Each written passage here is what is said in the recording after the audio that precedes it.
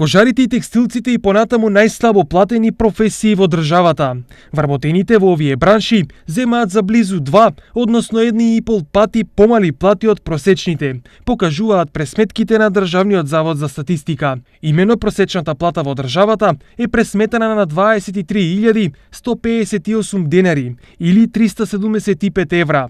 Наспроти тоа, секторот производство на кожа е со просечна плата од 13.631 денар, а во производството на облека 15.028 денари. Една од основните причини е што се работи за трудоинтензивни гранки, односно за гранки во кои доминира трудот, за разлика од капиталоинтензивните гранки каде што доминира технологијата.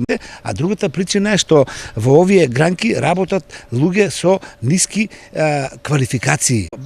Трета причина по мене е што се работи за производство по системот на лон работа, каде што странските партнери ги даваат моделите, терковите, условите, изгледот, дизајнот и така натаму, па дури и тие ги формираат и цените за работната рака што треба да ја платат на нашите конфекционери. Ова, меѓу другото, е една од причините поради која работници во овие сектори има се помалку.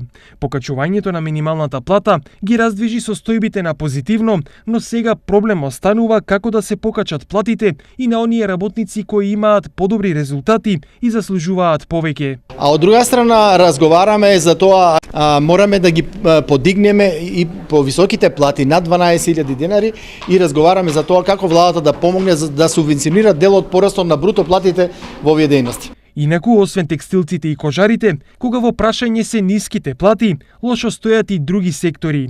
Така, например, секторот заштитни истражни дејности се со плати од 13.104 денари, производство на мебел 14.982 денари, рибарство и аквакултура 15.001 денар, пресметала статистика.